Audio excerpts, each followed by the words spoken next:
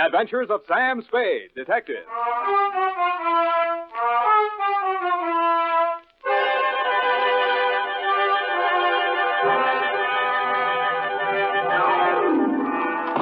I'm looking over a four-way. Sam, I swept up the broken glass, but there's something terribly wrong with my typewriter.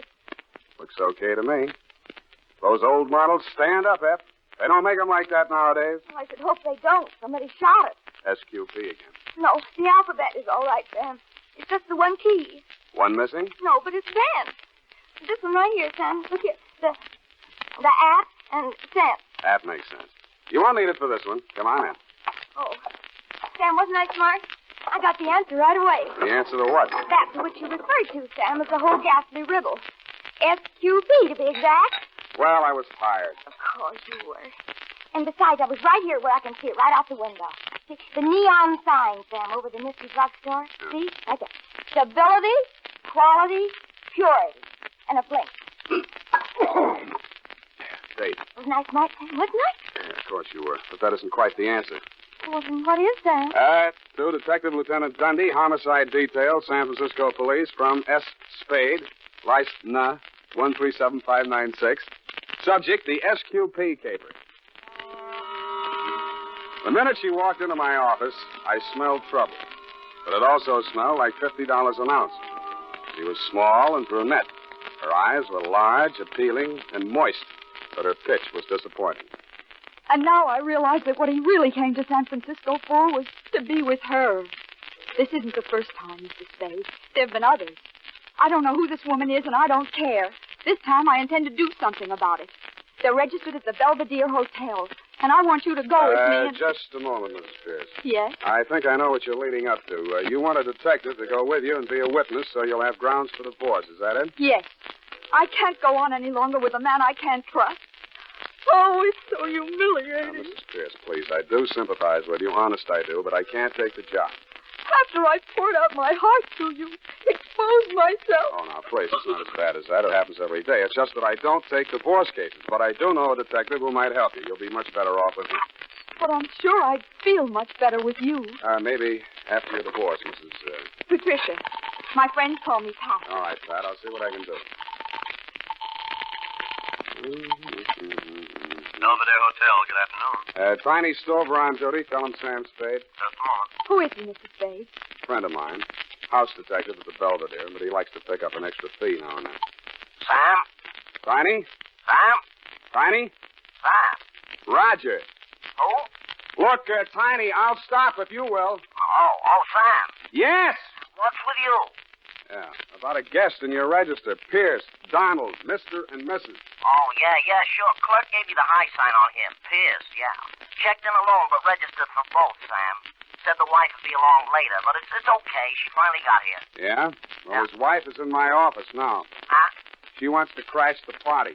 Oh, I get it. Want the job? Well, Sam, I can't take it for a private fee. It's against the house rules, you know. Oh, too bad. Oh, wait, Sam. I go off duty in half an hour. Maybe I could do it incommunicado, huh? Send her around, Sam. Okay, Tiny, will do. Will he help me, Mr. Spade? Yeah. Ask at the desk for Tiny. So sorry, but don't let that put you off. He's an all right guy. Oh, thank you, Mr. Spade. You've been very kind. Goodbye. Good luck. Sam, what happened? Why did you leave so quickly? For the same reason you shouldn't have let her in the first place, Effie. It was a divorce job. Oh, but Sam, she looked so refined and all. And being the first of the month, I thought you might take exception. I do. Of course, you know best, Sam. But it seems to me you might welcome a little change now and then. I know you feel it's underneath you, but it's such nice safe work, and between 9 and midnight alone you could... Effie, there are 2 words for that kind of work. What, Sam? Never mind.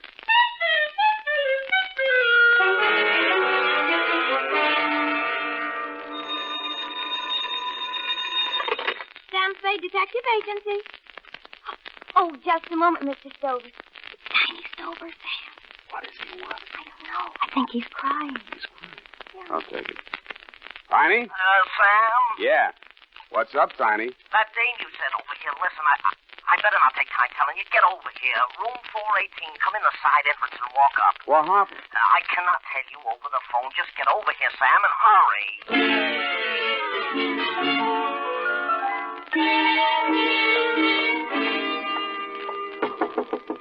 It's me, Tiny. Sam, open up. Oh, come in, Sam. Sort of ease in, will you? He's lying in the way of the door.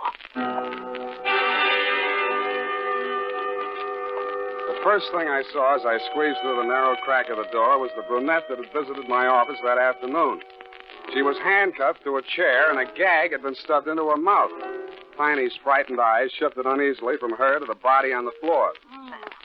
What kind of a caper is this, Sam? You'd better tell me, Tiny, what happened. Who handcuffed her to the chair? I did. We broke in just like it says in the book, only there was no dame here, just him. He starts to jump the wife, and I grab him. The next thing I know, he's got my gun. I try to twist it out of his hand. The next thing I know, bang. He's right where he's laying now, and he's dead. Next thing I know, the dame is grabbing for the phone and screaming that I murdered him. That's when I decided I'd better shut her up for a while so you and me can compare notes on this thing. First, we better get some notes to compare. Now, listen, Pat, I'm going to pull this gag out of your mouth, but if you start screaming, it's going right back in. Get it? All right. Now let me out of these handcuffs. Yeah, we'll get around to that. Now, first, I want to put you straight on something. I know that Tiny here went into this on the level, which is more than I know about you. So if there are any angles in this caper besides the story you told in my office, let's have them now before the cops get here. All right. I lied to you. I never saw this man before in my life. Shut up, Tiny. Go on. I was hired by a man named Christopher. He advertised for a photographer. He said he specialized in photographs for legal evidence, and this man Lombard's wife she wanted a divorce. Mm-hmm. I didn't want to do it at first, but the pay was good, and he said it was good experience for newspaper work, which is what I want to do. So I took it. Why didn't you tell me that in my office? Those were his instructions. He said that's the way they did it, and any detective would understand. Mm-hmm. And I was sure you did when you wouldn't take the job. Hey, wait a minute. I don't get it, Sam. Is she some nut or something, or is she just dumb? I guess I'm just dumb. No comment. Let's get some facts. Your name? Patricia Vane. My friends call me Pat. That part of my story was true. I studied photography at Berkeley. And... Yeah. Now, this guy that hired you. Well, he has an office in the Fidelity Building, where all the divorce lawyers are. Full name? Calvin Christopher. It says on his office door, Public Relations Counsel. That's room 842 in the back. You ain't swallowing this yarn, are you, Spade? Tiny, go sit down. I didn't say nothing. Check. Now, Pat, is this your story? You and Tiny came in here together. Lombard jumped you. Tiny grabbed him. There was a scuffle, and a gun went off. Yes. I just opened my purse to take my camera out. Where's the camera? I don't know. In the excitement. Oh, that looks like it over there. Over there by the phone. Be careful. There's some exposed film in it. It might have a clue. What did you shoot? Oh, some fishing boats. And one I sneaked of Mr. Christopher himself. And some action shots of what just happened here. Do you think the police will confiscate my camera? No, I will. I saw it first. Hey, Sam, where you going? I'm going to do some fishing. Sam, you can't leave me holding the bag. You got me into this. You want to get out, don't you? Yeah, but... Okay, keep me in the clear. You'll have somebody working for you. I felt like a cad, Dundee, but there was nothing I could tell you that they couldn't tell better as eyewitnesses, so I left them there to face you and your homicide boys alone. My first stop after leaving the Belvedere was Ledkin's Lightning Photo Finishes, where I left Pat's camera and films. Then I mushed across town to the Fidelity Building. It said on the door, sure enough, room 842, Calvin Christopher, Public Relations Counsel. Well, sir, what can I do for you? You, Calvin Christopher? I am. I'd like to ask you some questions. Detective? You hired a girl named Patricia Vane to take some pictures in the Belvedere Hotel, right? Why, no. I advertised for a photographer, but so far no applicants. What do you need a photographer for, Mr. Christopher? Well, that, sir, with all due respect, is none of your business. There's nothing illegal in advertising for a photographer. And if I had employed one, I would tell you so. That's a straight answer. Then your story is that you did not employ Miss Vane and that you have no knowledge of her. That is my story. The girl's story is that she was here in this office and even snapped a picture of you. That film is being developed now. Still want to stick with that statement? Look, friend, you do not have to be acquainted with the person in order to have your picture taken by him. Or her, as the case may be. I know that, but if your picture shows in that film, I'll know you're lying. Mind if I use your phone? Thanks.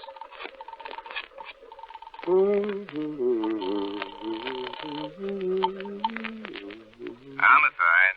Lieutenant Dundee. Dundee, Sam Spade. That girl you're holding in the Pierce death, Hotel Belvedere? What girl, Sam? Who's Pierce? Tiny Stover gave you the rumble. He did, didn't he? Not yet, Sam. Well, you're getting it now, stiff in room 418. Gunshot. I'll meet you there.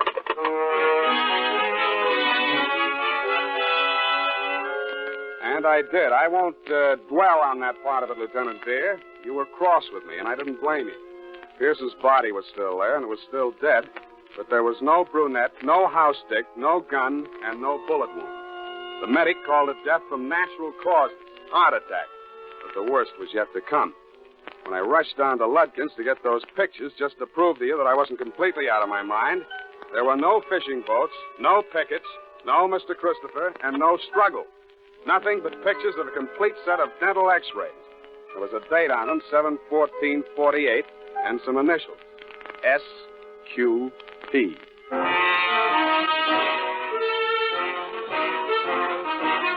The United States Armed Forces Radio Service is presenting the weekly adventure of Dashiell Hammett's famous private detective, Sam Spade.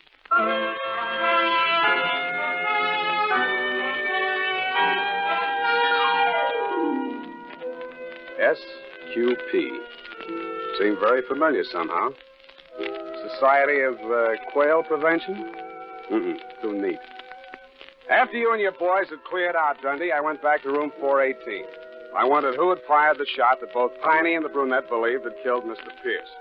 I didn't find out, but I did find a .38 slug in the floor under the rug pad. The fibrous material had been scuffed by somebody's foot to hide the bullet hole. Tiny had been reaching for the phone as I left. According to the operator, there'd been no flash on her board from 418. That meant that whoever had stopped them had done so in a matter of seconds. I didn't know whether it had been done with a kiss, at gunpoint, or with a blunt instrument. I doubted anybody would have knocked Tiny out because he was too heavy to carry down 8 flights of stairs.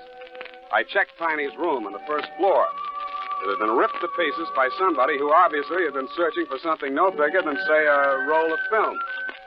About there, I decided to go and pay my respects to the late Mr. Pierce.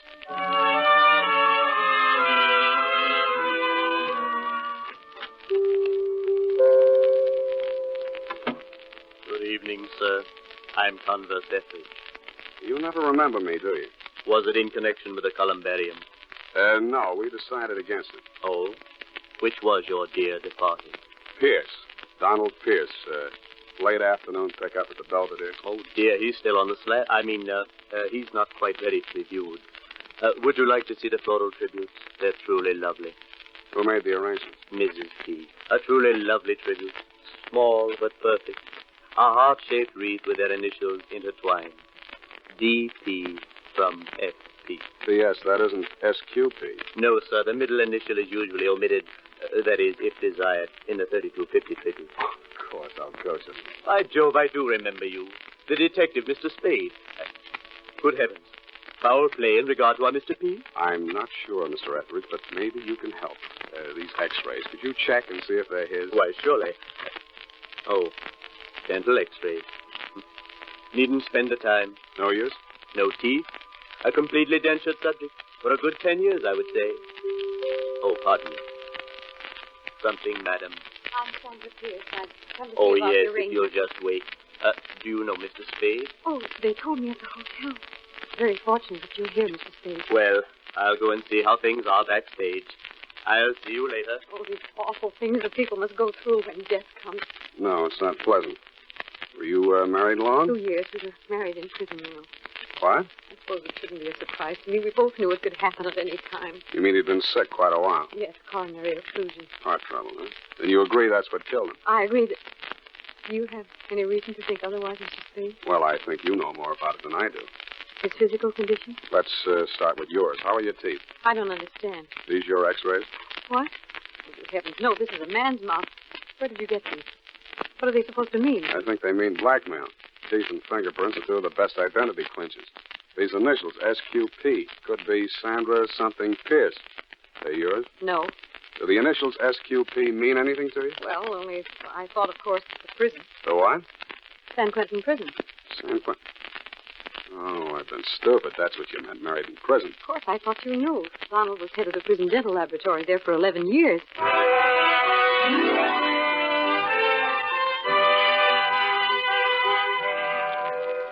I sat down and gaped at her. She went on telling me how she'd been his assistant at the prison, how he'd had to quit because the prison routine was too tough for his heart condition, and how he'd bade her a tearful farewell because he didn't have any prospects and couldn't ask her to marry. Then, practically the first day he arrived in San Francisco, he wired me to come here immediately, and we'd be married. A relative had died and left him $20,000, and more was coming in. He wouldn't even have to work anymore. He could retire, and that was wonderful because he really wasn't well enough to work. You're not listening to me. What are you thinking about? $20,000 from a relative. Never explained it any better than that, huh? No. The man came, a lawyer, I guess it was. I suppose he brought the money because Donald took it to the bank next morning. Where were you? Donald sent me out of the room, but I was afraid to go too far away. He was so excited, and he was feeling these angina pains. I just stayed outside in the hall, smoking. Mm-hmm. I couldn't hear anything they said, but then the door opened, and the man stood there and said, Don, I had no idea your ticker was so bad. Someday somebody's going to say boo to you, and you'll drop dead. That's what I figured, Mrs. Pierce. I think your husband was murdered. He was literally frightened to death.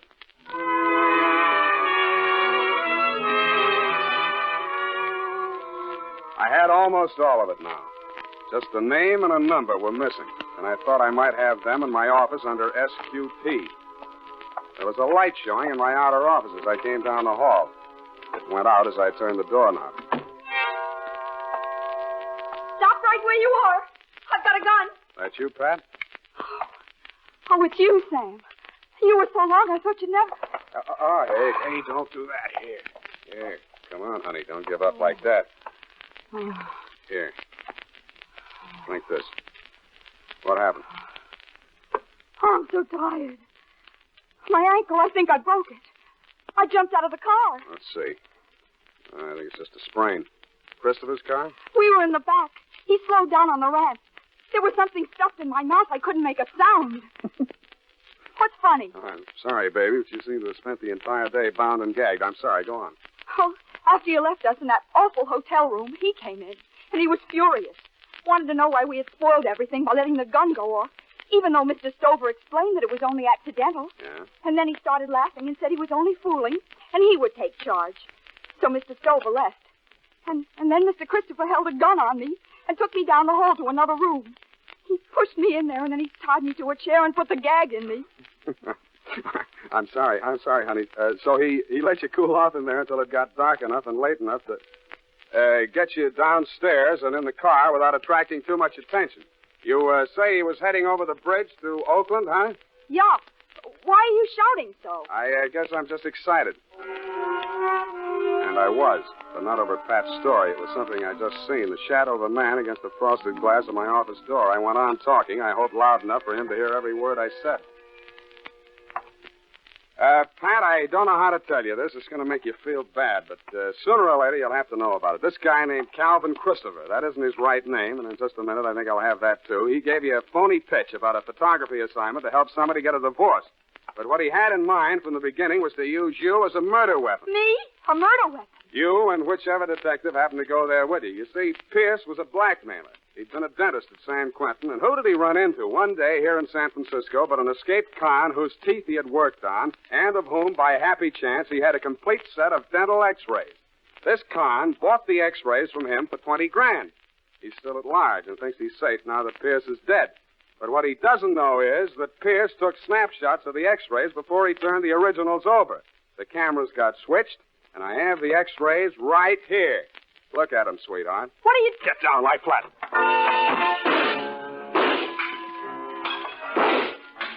He came in shooting. I kicked the lamp out and answered him. They were all shots in the dark, but mine came closer because I had him profiled against the light. My third shot was the lucky one. It knocked the gun out of his hand, just like in the Westerns, but I was too tired to feel proud. Snap on that light, Pat, and push the phone over here, will you? Stand over away from that door, Christopher. By the way, what is that name? Graziani, you. Don't bother to smile. Homicide. Lieutenant Dundee. Just a chip. Lieutenant Dunne. Dundee, Come over to my office and pick up Victor Graziani, 39, Caucasian, San Quentin lifer, broke out July 14th this year. You owe me $11 for damage done to my office.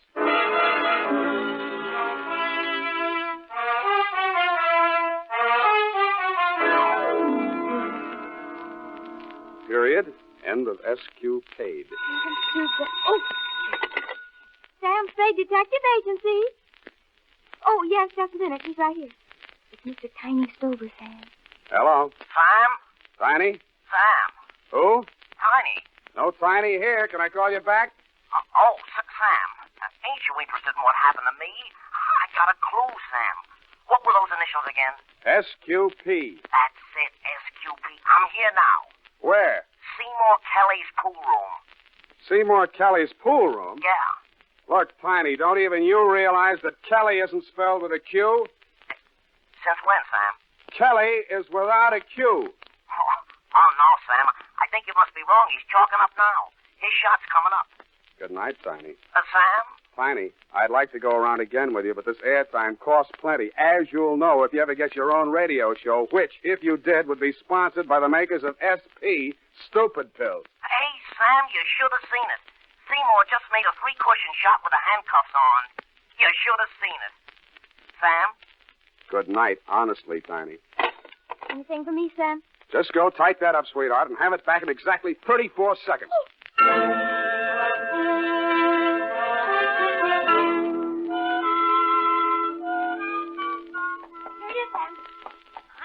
About who is getting divorced. Sam, you shouldn't accept divorce cases. Effie, it was not a divorce case. You actually mean we require the usual partial recap? Partial recap? Oh, yes. The dental x-rays would have shown that, wouldn't they? Effie, you're not happy here. What? You have no one to talk properly to.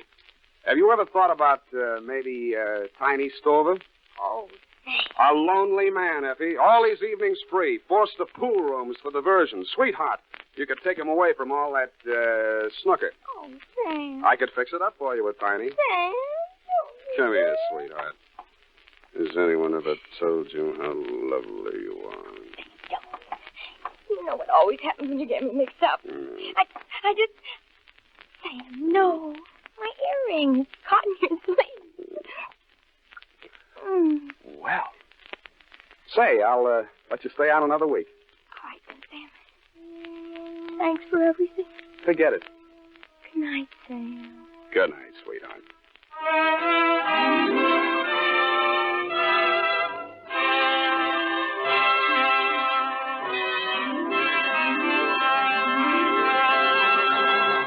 The Adventures of Sam Spade, Dashiell Hammett's famous private detective, are produced and directed by William Spier.